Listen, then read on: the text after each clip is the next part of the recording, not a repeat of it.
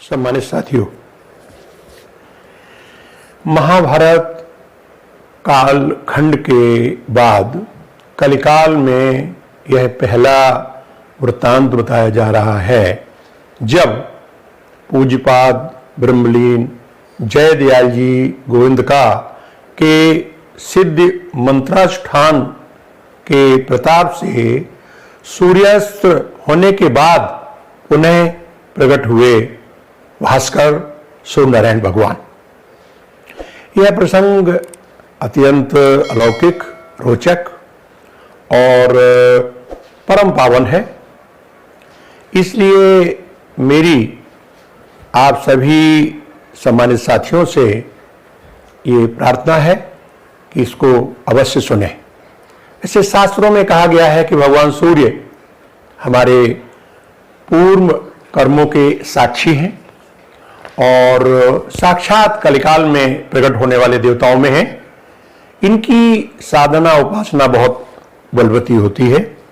इसी संदर्भ में सुप्रसिद्ध ज्योतिषाचार्य माननीय अनुपम कपिल जी भी यही कहते हैं कि सूर्य आपके पिछले सभी कर्मों का एकमात्र गवाह है, यानी साक्षी है। केवल उनसे प्रार्थना करने से ही आपके पिछले जन्म के पाप, ताप, कलुष सब विनाश हो जाते हैं। तो इसलिए मेरा आग्रह है कि इस प्रसंग को आप अवश्य सुनें। सामान्य साथियों, ब्रह्मलीन जयदयाल जी गोविंद का जो गीता प्रेस के संस्थापक थे, उनका पावन उदात्त चरित्र हिमालय से ऊंचा, समुद्र से गहरा और गंभीर तथा सूर्य के समान या सूर्य की कृपानुभूति को लक्षित करते हुए प्रकाशमान है।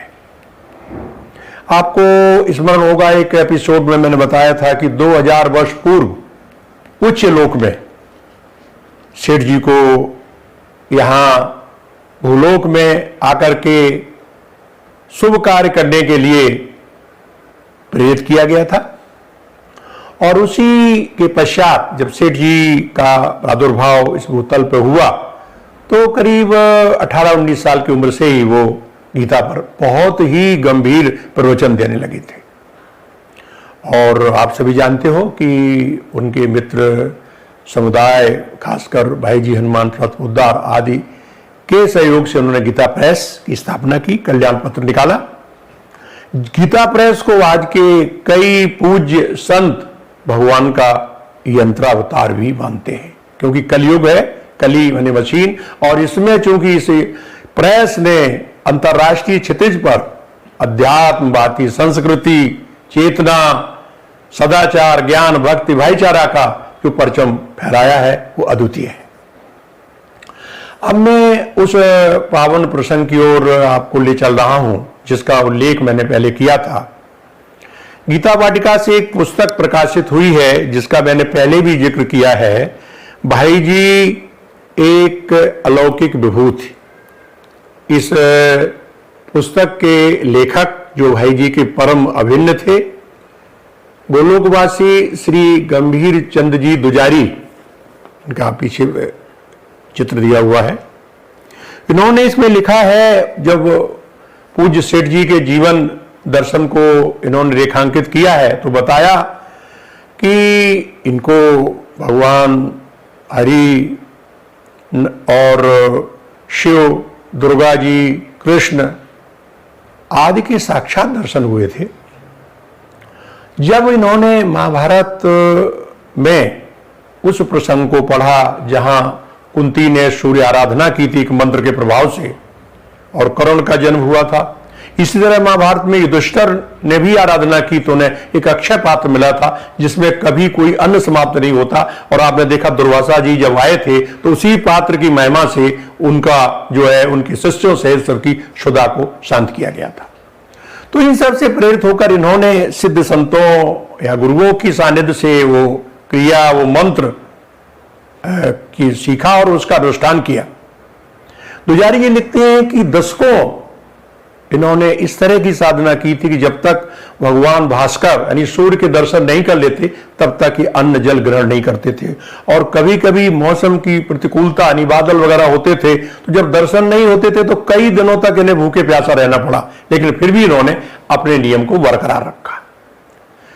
इसी श्रृंखला में एक सुंदर प्रसंग जो है, मैं यहां भी ये बताना चाहूंगा कि पूज्य नित्यलीलानंद भाई जी हनुमान प्रसाद पोद्दार और सेठ जी के जीवन में अनेक चमत्कारिक अलौकिक घटनाएं घटी हैं, लेकिन अपने जीवन काल में उन्होंने इनको कभी प्रकाशित नहीं होने दिया।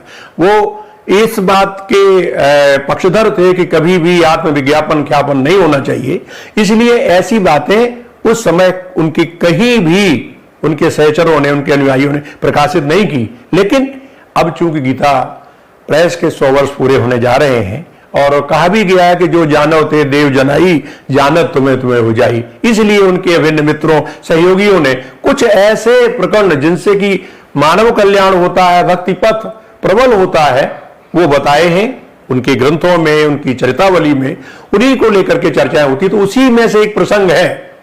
एक बार सत्संग हो रहा था और सत्संग में भाई जी भी और अन्य लोग भी थे। हुआ ये कि सेठ जी उस दिन ऐसी समाधिस्थ अवस्था में आए कि आंख बंद करके प्रवचन करते रहे और पता भी नहीं पड़ा सूर्यास्त हो गया।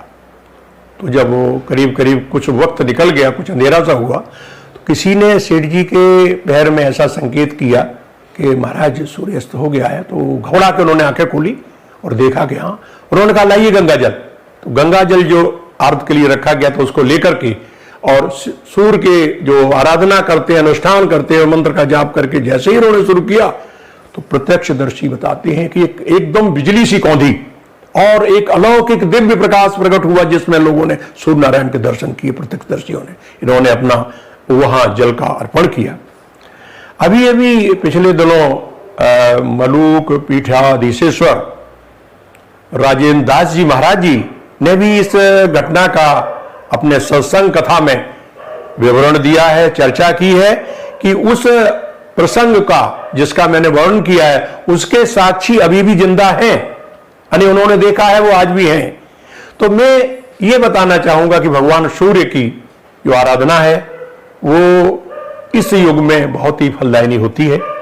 सम्मानित साथियों, मेरा आपसे अनुरोध है कि मैंने भी कुछ अनुभव किया है। यदि आपको छोटे मोटे रोग हैं आंख के और किसी तरह के, तो कुछ नहीं, आप प्रारंभ में सुबह भगवान सूर्य का आप ध्यान करें। कोई मंत्र है, उनके साधारण मंत्र हैं, उनको भी आप जाप कर सकते हैं। ओम नमः सूर्याय नमः या ओम सूर्याय नमः, या एक बहुत साधारण मंत्र है, वही मंत्र है ये सूर्यो सहस्रांशो तेजो राज जगतपते अनुकंप्या मम भक्ति ग्रहण अर्घम दिवाकर। ये भी एक साधारण है, मैंने इसलिए बता दिया कि भाई यदि आपको संस्कृत या कुछ नहीं तो केवल हे सूर्यनारायण आप मेरा जल ग्रहण करें, इस तरह से भी कर सकते हैं। तो इस तरह से आप जो है कुछ इसमें किसी के विधा विधान में ना आकर आप जो है भगवान सूर्य पर जलार्पण करें, उनकी आराधना करें तो आपको अवश्य फायदा होगा, क्योंकि ये वो साक्षात देवता है जो आपके सभी कर्मों का लेखा जोखा देखते हैं। क्षमा प्रार्थना आप उनसे कर सकते हैं और अपने आध्यात्मिक उन्नयन के लिए भी प्रार्थना कर सकते हैं। तो ये मैंने आपको इसलिए विकल्प दिया कि भगवान कृष्ण ने गीता में ये कहा था कि जो गीता का पाठ करेगा, सुनाएगा तो वो मेरा सबसे प्रिय होगा। तो जयदयाल जी गोयनका इस भगवान कृष्ण के इस संकल्प को पूरा करने के लिए आजीवन लगे रहे और इस बात का गीता के अंतिम यानी 18वें अध्याय के अंतिम चरण में श्लोक कहे गए हैं। तो कुल मिला के ये है कि हम अध्यात्म पथ पर चलते रहें और भगवान सूर्य की आराधना करें तो निसंदेह हमारे पाप ताप सब विनाश हो जाएंगे। आज चूंकि एक अलौकिक प्रश्न था, एक आप कई साथियों ने किया था, उसके निवारण के लिए मैंने ये प्रसंग बताया। पूज्यपाद राजेंद्र दास जी महाराज जी ने भी इसको अभी अपने सत्संग प्रवचन कथा माला में बताया है। तो ये और उनके प्रत्यक्षदर्शी भी है, तो इसलिए सूर्य की महिमा है कि कलिकाल में प्रकट होकर के इस तरह उन्होंने अपना प्रभाव दिखाया, भक्तों की जो है उन्होंने प्रोत्साहित किया। तो आज तो बस यही है। अगले फिर किसी एपिसोड में एक वही जैसे कि मैंने कहा प्रेरक प्रसंग जिनसे कि हमारे ज्ञान वैराग भक्ति सदाचार बढ़ता है, आपको बताएंगे। पिछले कड़ियों को जिन हमारे सम्मानित साथियों ने देख के सराहा, उन सब के प्रति मैं नतमस्तक होकर के उनका सादर अभिवादन करता हूं।